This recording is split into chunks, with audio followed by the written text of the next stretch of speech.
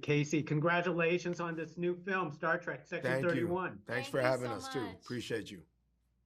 It is a whole lot of fun, and I'll throw my first question to you, Kacey. Okay. Is that Rachel Garrett is part of Star Trek lore before.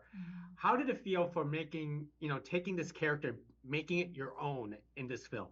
Yeah, thank you for that question. I mean, it's first of all just such an incredible honor to be asked to step into these big booths. Trisha O'Neill did such an incredible job in yesterday's Enterprise, and obviously that character is so important to Trek lore.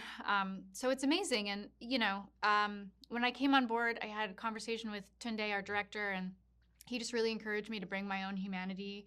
When we went through the audition process, we went in so many different directions and did so many different things that I showed up going, okay, so what color? What do I chase? And he was like, all of it. You're here because of all of it.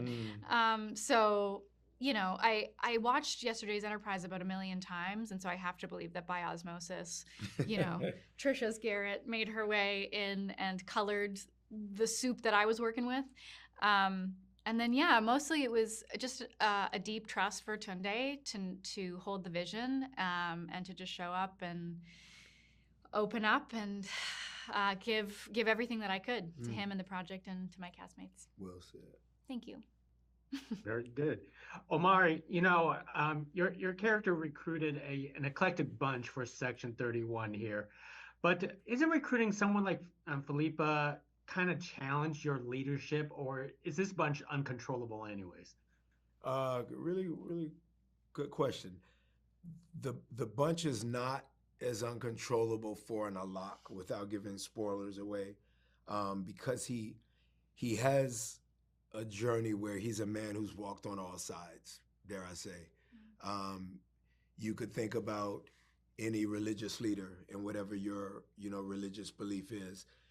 The heroes to heroines of all of those modules, blueprints of thought, of religious belief, of construct, they all have walked on the left side of the street and the right.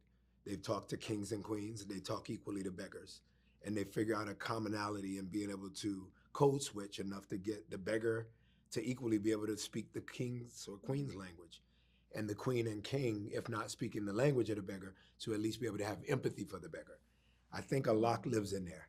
So I don't think that there's any intimidation in terms of who he brings on.